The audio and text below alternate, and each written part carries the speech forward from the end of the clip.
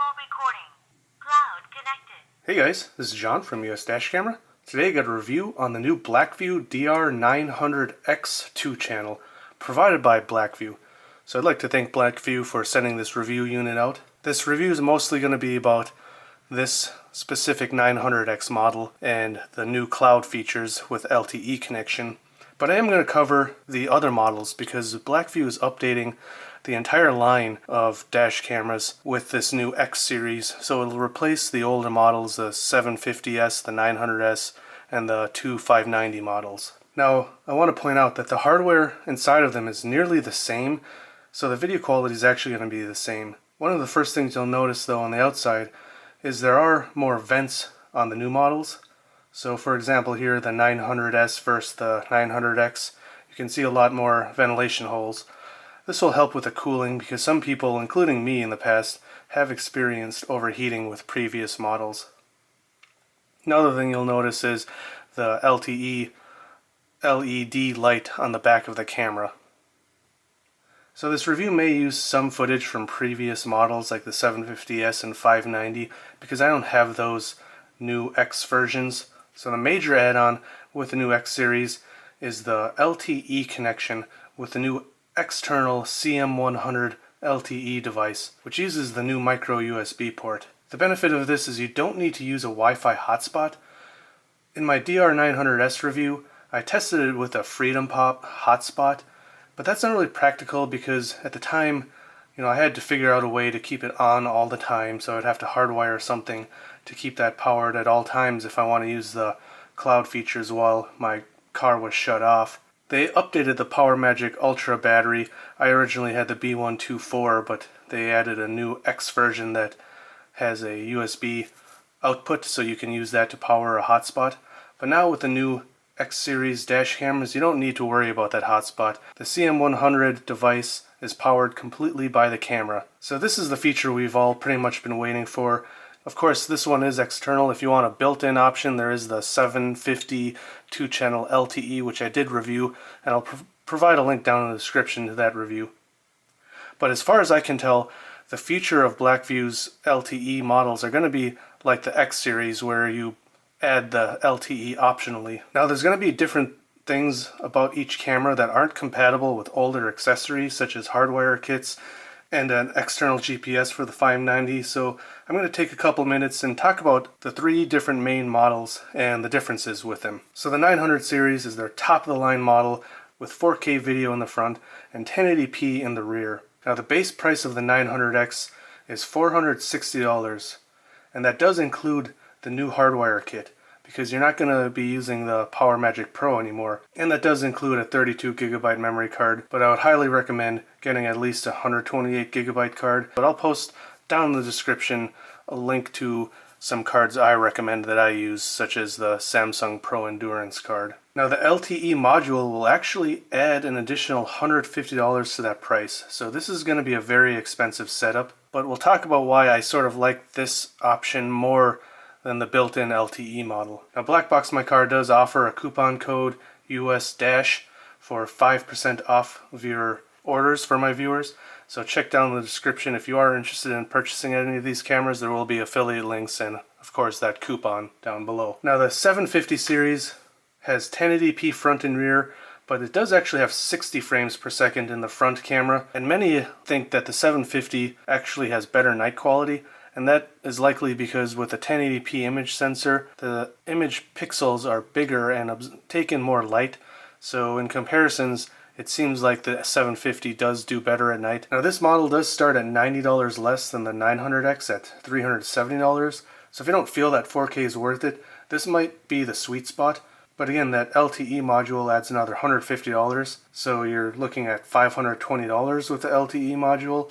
So you might want to consider the 750 2-channel LTE model, which has it built in, and that's going to be $420.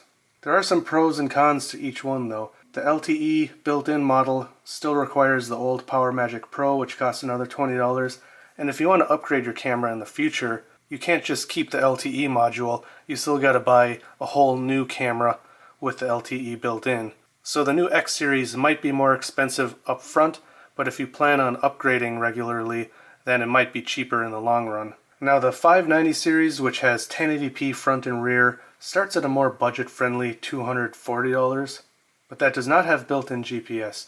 I am happy that they're getting rid of the split models, the 590 that had no Wi-Fi and the 590W which had Wi-Fi built in. So now this new model is going to just have Wi-Fi built in, but due to the fact it doesn't have GPS built in, the old models had an analog GPS adapter, which is not compatible with this new model. So if you want GPS, you actually have to buy the model-specific CM100G LTE-M LTE module for this specific model, which will have the built-in GPS and the 4G LTE connection.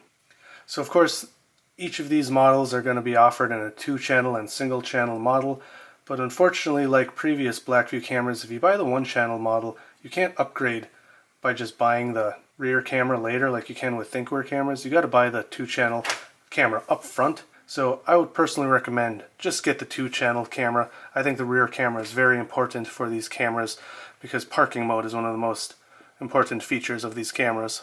Now I mentioned that if you're upgrading from previous models, there's going to be some stuff that is not compatible. I already mentioned the GPS module for the 590 series. The power cord for each of these cameras is not going to be compatible with previous models.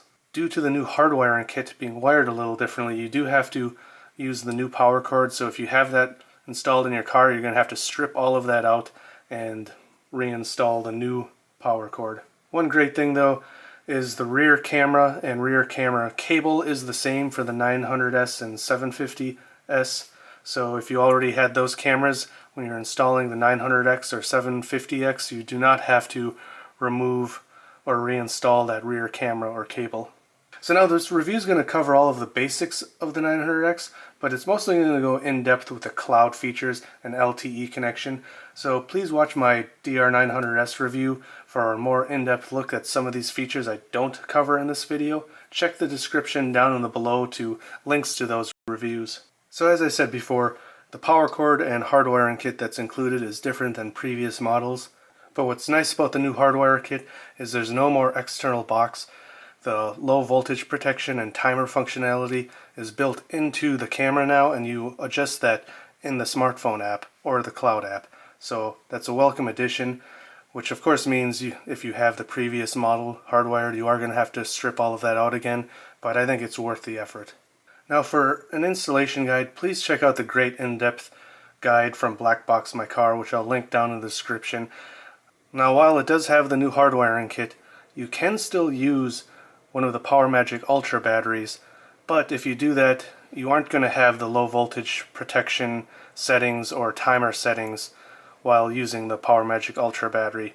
So it's just going to keep running until the battery dies, which is how it worked before, but it would be nice to see them upgrade the PowerMagic Ultra with a new 3-wire version that would be able to use the timer functionality, because I would like to be able to conserve battery sometimes. I don't want it always running the battery dead every night.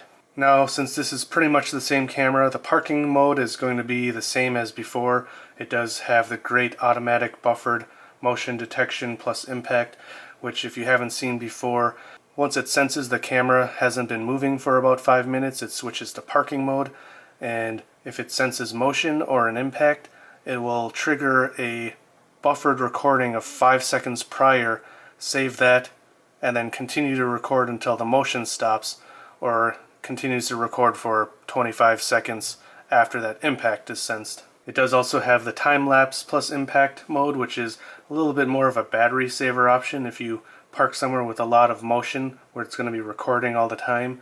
So it'll record in time-lapse all the time, and then if it senses an impact, it'll save one of those automatic buffered clips.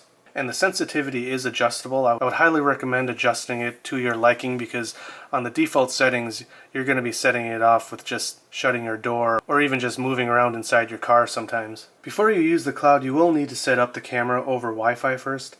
When you open the box, there will be a label with your default Wi-Fi, SSID and password, and your cloud code.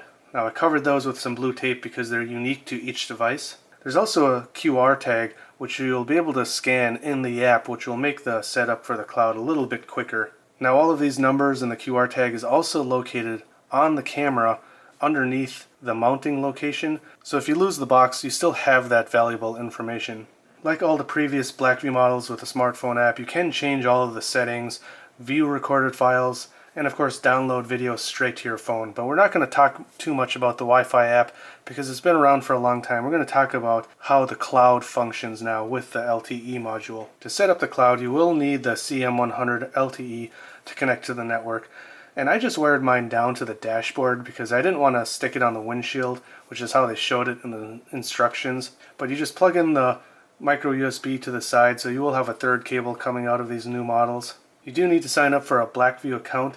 There is a free option that will be fine for a majority of users, but we'll talk about the other plans a little bit later in the video. Now insert the SIM card into the device. Blackvue says this will work with AT&T and T-Mobile in the US. I tested it on Cricket and it worked, but when I tested it on Freedom Pop it did not work. I recommend T-Mobile because it seemed to have the cheapest plan that I could find in the US with a prepay 2 GB plan for only $10 a month. And that's about what I think I would need. Next, you will need to activate the SIM card in the Wi-Fi menu. It will ask you for the APN, which you can just search in the app for your provider and it will automatically fill in the APN. You don't need to use a username and password, or at least I haven't. So once you do that, you can activate it and it should start connecting to the network every time the camera turns on from then on. Just like the Wi-Fi menu, you can change any of the camera's firmware settings anywhere in the world as long as the camera's connected to the network and your phone's connected to the network. Another great feature which I covered in the 750 LTE review is you can send firmware updates over the cloud also. This is a quick, easy way to set up the firmware so you don't have to waste time sitting in the car installing the new firmware. If you are a parent or fleet owner, you can also view your camera's GPS location, the speed, and view a live feed.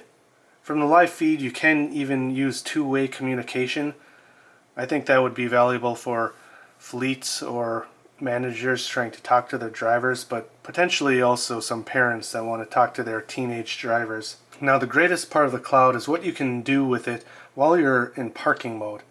You're able to set up multiple types of push notifications, such as when your Blackvue connects or disconnects to the network, when it switches modes, but most importantly when it detects an impact.